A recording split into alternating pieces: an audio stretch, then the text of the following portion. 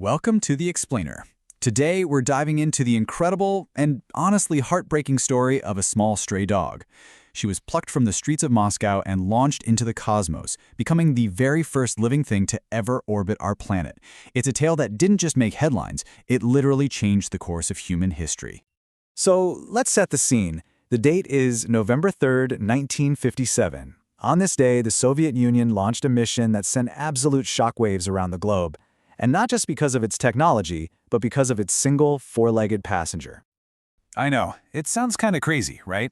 How could one little dog lead to the creation of one of the world's most famous agencies? Well, that's exactly what happened. This single mission ignited a fire under the United States and directly pushed them to create NASA. So, let's get into how it all went down. Okay, so to really get the story of Laika, you have to understand the time. We're talking the absolute height of the Cold War, and just 1 month before our story begins, the Soviets had completely stunned the world by launching Sputnik 1, the first ever artificial satellite. You see, Sputnik 1 was this massive propaganda win. Suddenly, the whole world was looking up, wondering what the Soviets would do next. The pressure was on for a spectacular follow-up. And the next goal wasn't just about sending up more hardware, it was about proving that life itself could survive up there. Now, you might think this next giant leap was all about pure science. But it wasn't. It was political, and the order came straight from the very top. Soviet Premier Nikita Khrushchev wanted something big, a major space event, to celebrate the upcoming anniversary of the Bolshevik Revolution. So he went to his chief designer, the legendary Sergei Korolev, and gave him an almost impossible task with a deadline that could not be moved. And just look at this timeline. It is absolutely insane. They had just 4 weeks. 4 weeks to design, build, and test a brand new spacecraft capable of keeping a living creature alive in orbit. They had to scrap plans for a much more advanced mission they were working on. It was just this frantic, all-hands-on-deck race against the clock. This chart really puts the challenge into perspective. Sputnik 1 was basically just a beeping radio transmitter in a metal ball. Sputnik 2, it was over 6 times heavier, carrying a pressurized cabin, an air supply, food, and all these complicated biomedical sensors. But take a look at that last row. Just like the first one, Sputnik 2 was never, ever designed to come back. So, who was the creature they chose for this incredible one-way journey? Well, it wasn't some purpose-bred animal from a lab. It was a survivor. A little dog from the streets of Moscow. Meet Laika. The Soviet scientists actually preferred using strays, figuring they were tougher and more used to stress and hunger. Her original name was Kudryavka, which means little curly, but they changed it to the much catchier Laika, or Barker. And by all accounts, she was just a sweet, calm dog, which is kind of heartbreaking when you think about it. She apparently charmed the very same scientists who were preparing her for a mission she wouldn't survive. Her training was just grueling.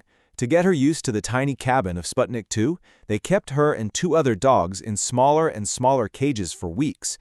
They put her in centrifuges that spun around to mimic the crushing force of a rocket launch. And they trained her to eat this special nutrient gel, because that was all the food she was going to get. And that brings us to the launch. On November 3rd, the Soviet Union told the world one story. But the reality, inside that tiny capsule orbiting Earth, was something else entirely. So this was the official line. This is what was broadcast to the whole world. And the initial data did look okay. After the incredible stress of the launch, her pulse did eventually come back down. So the Soviet Union painted this picture of total success. A calm, healthy dog just happily floating around the Earth. But behind the Iron Curtain, the engineers knew the truth. They knew that rush deadline had led to a critical and ultimately fatal flaw in the design. Here's what happened. During the launch, a piece of the rocket was supposed to separate, but it didn't do it correctly. When it failed, it ripped away a big chunk of the spacecraft's thermal insulation. The life support system was built to handle a cabin at about 15 degrees Celsius, but, as you can see here, the temperature inside skyrocketed to over 40 degrees. That's over 100 degrees Fahrenheit. The capsule basically turned into an oven. For decades, the Soviets stuck to the story that Laika survived for about a week before being painlessly euthanized. The real story, which only came out after the Soviet Union fell, was that she died from heat stroke and panic just a few hours after her historic flight began. Her tragic death, though, was not the end of the story. The mission's impact was immediate, it was profound, and it kicked off this global mix of complete awe and total anger that would go on to reshape the rest of the century. So you had these two totally opposite reactions happening at the same time. On one hand, it was an absolutely staggering scientific achievement. Laika proved that a living being could survive a launch and exist in weightlessness. That paved the way for every human who's ever gone to space. But on the other hand, the Western world just exploded with outrage. Newspapers called the satellite Sputnik. Animal rights protests popped up all over the world, calling it a new low for cruelty. And this brings us right back to our original question. That 1-2 punch of Sputnik 1 and then Laika and Sputnik 2 created this panic in the United States that became known as the Sputnik crisis. The public was terrified of falling behind the Soviets, and that fear was so intense it forced the US government to act, leading directly to the creation of NASA in July 1958, with one clear goal: catch up, and fast. Even inside the Soviet program, there were deep regrets. Years later, Oleg Gazenko, and this was one of the actual scientists who picked and trained Laika, he made this really powerful admission. He said the scientific knowledge they got from that rushed mission just wasn't worth the price. So Laika's legacy? It's complicated. She's a symbol of Cold War ambition, a flashpoint for animal rights, and a true pioneer of space exploration, all at once. Her tragic flight is this stark reminder that every giant leap for mankind often starts with a smaller and sometimes sacrificial step, and it leaves us with a question that echoes through the history of science. What is the real price of progress?